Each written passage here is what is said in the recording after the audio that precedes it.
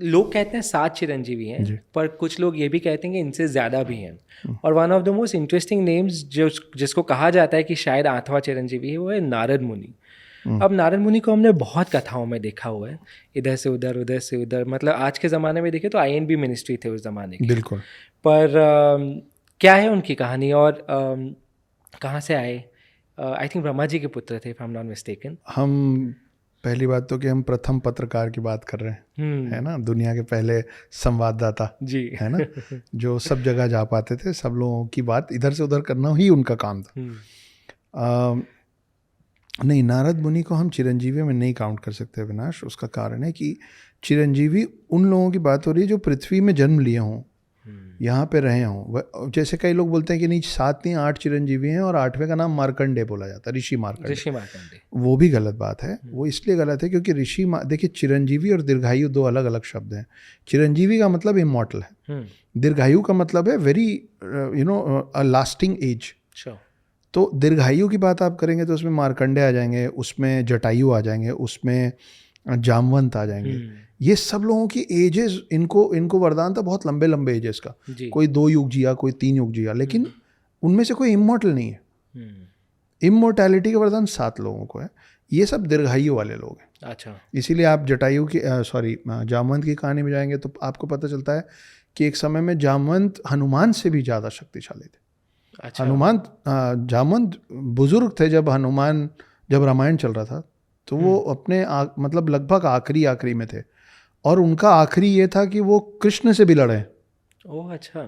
राम के बगल में खड़े होने वाला जामवंत उसी जीवन में कृष्ण से भी लड़ा है। मतलब वो त्रेता युग खत्म होने के बाद द्वापर युग के खत्म होते तक थे, लेकिन उसके बाद नहीं थे। मार्कंडे के बाद दीर्घायु था जी। तो चिरंजीवियों की जब हम बात कर रहे हैं, चिरंजीवी में एक शब्द है ना, जीवी। जी। जीवी कहाँ लगता है?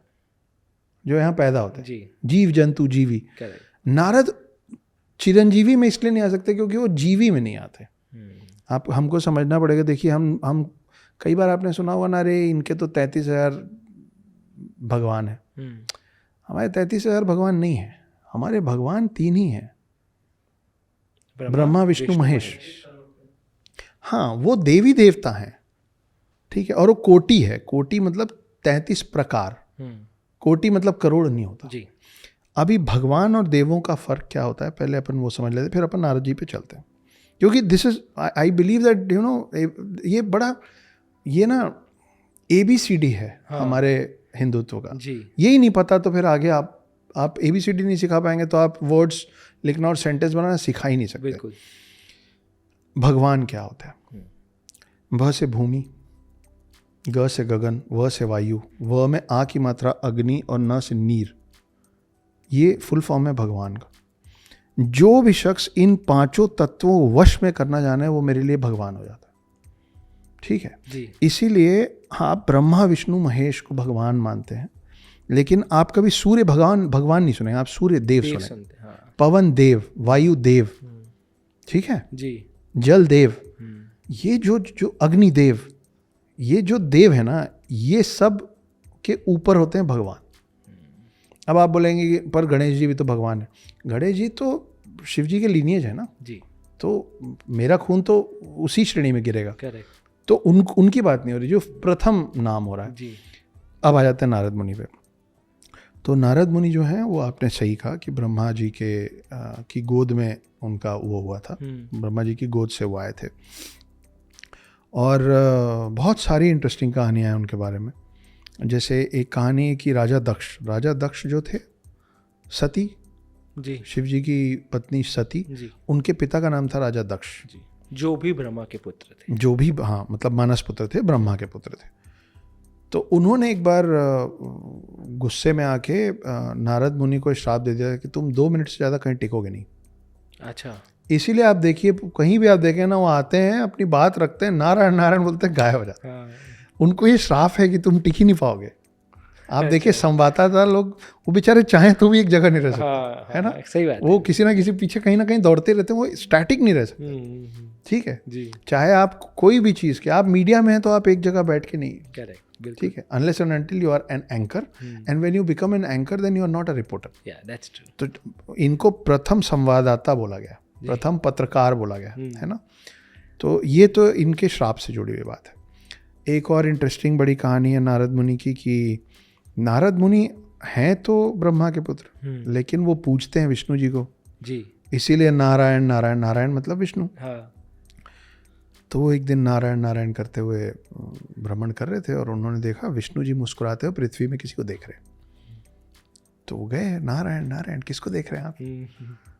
तो विष्णु जी बोले, वो मेरा पूरे ब्रह्मांड में मेरा जो सबसे बड़ा भक्त है ना, मैं उसको देख रहा हूँ। तो नारद जी को जलन हो गई, बोले अरे पूरे दिन मतलब अनंत काल से नारायण नारायण मैं कर रहा हूँ, हाँ, ऐसे कौन है ये? बोले वो नीचे देख रहे हो, वो जो किसान है वो मेरा सबसे बड़ा भक्त। बोले कैसे हो सकता है, वो तो अभी पैदा हुआ है, अभी मर जाएगा, मैं हूँ आपका बड़ा भक्त। बोले नहीं नहीं शांत हो जाओ, वो है मेरा बड़ा भक्त। तो बोले मैं कंपटीशन करूंगा, मैं किसी भी मापदंड में, किसी भी उसमें क्राइटेरिया में डालिए, जीत के दिखाऊंगा। तो बोले रहने दो, उससे हार जाओगे, वो फर्स्ट है तुम सेकंड हो। बोले नहीं मैं लड़ूंगा। बोले ठीक है, एक काम करो, तेल का एक कटोरा लो, तेल ऊपर तक भरो, पृथ्वी के 3 चक्कर लगा के आओ। बोले बस? बोले बस। तेल का कटोरा लिए, तेल ऊपर तक भरे। बोले एक शर्त है, तेल छलकना नहीं चाहिए, एक बूंद नहीं गिरना। नारद बोले नहीं गिरेगा। अब जब आप पानी को यहाँ तक भर लोगे तो उसके छलकने का, तो आपको बड़ा बैलेंस बना के चलना पड़ेगा। तो वो पूरे ध्यान से उसको लेके पृथ्वी का 3 चक्कर काटे, तेल गिरने नहीं दिए। वापस आए, बोले मैं जीत गया, तेल का एक भी बूंद नहीं गिरा, 3 चक्कर खत्म। बोले तुम हार गए। विष्णु जी बोले तुम हार गए। बोले ये बताओ, ये 3 चक्कर लेते समय तुमने नारायण नारायण कितनी बार बोला? बोले एक बार भी नहीं।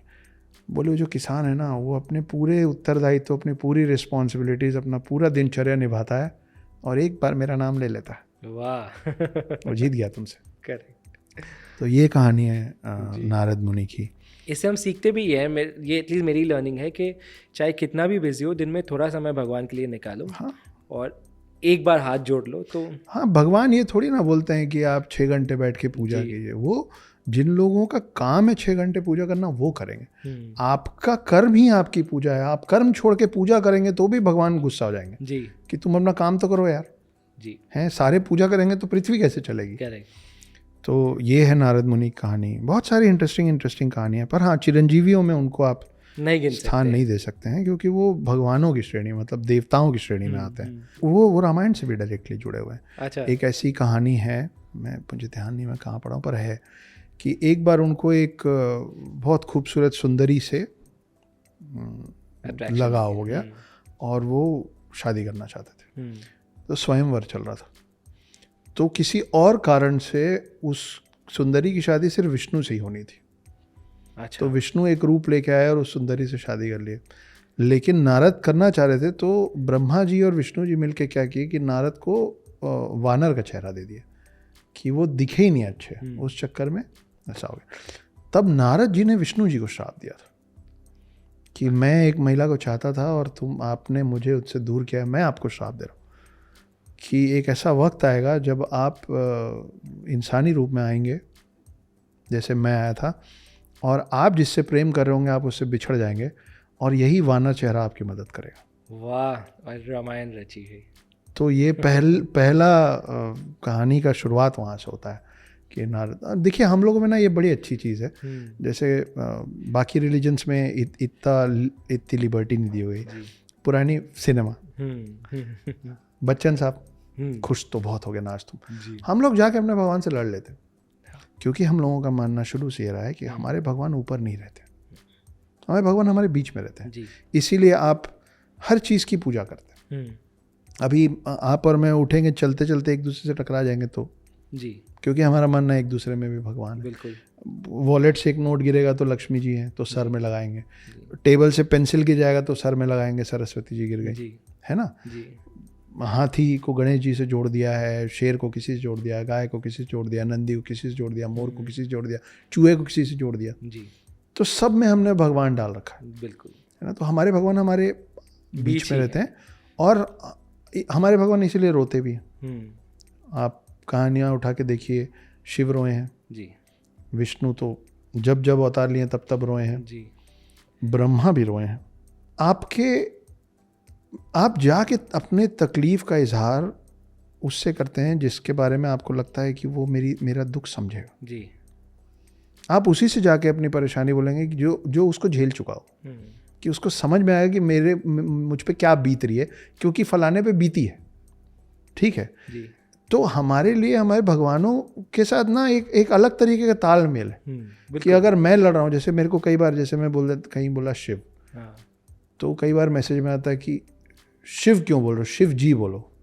अच्छा। मेरा संबंध मेरे शिव से कैसा रहेगा वो मैं और शिव डिसाइड करेंगे, आप नहीं करोगे जी। इसीलिए माई फ्रेंड गणेशा कार्टून मस्त चलता है। बिल्कुल समझ रहे हो ना जी। कि हमको बताया जा रहा है कि भैया डरना नहीं है। We are not God fearing people, we are God loving people. Absolutely.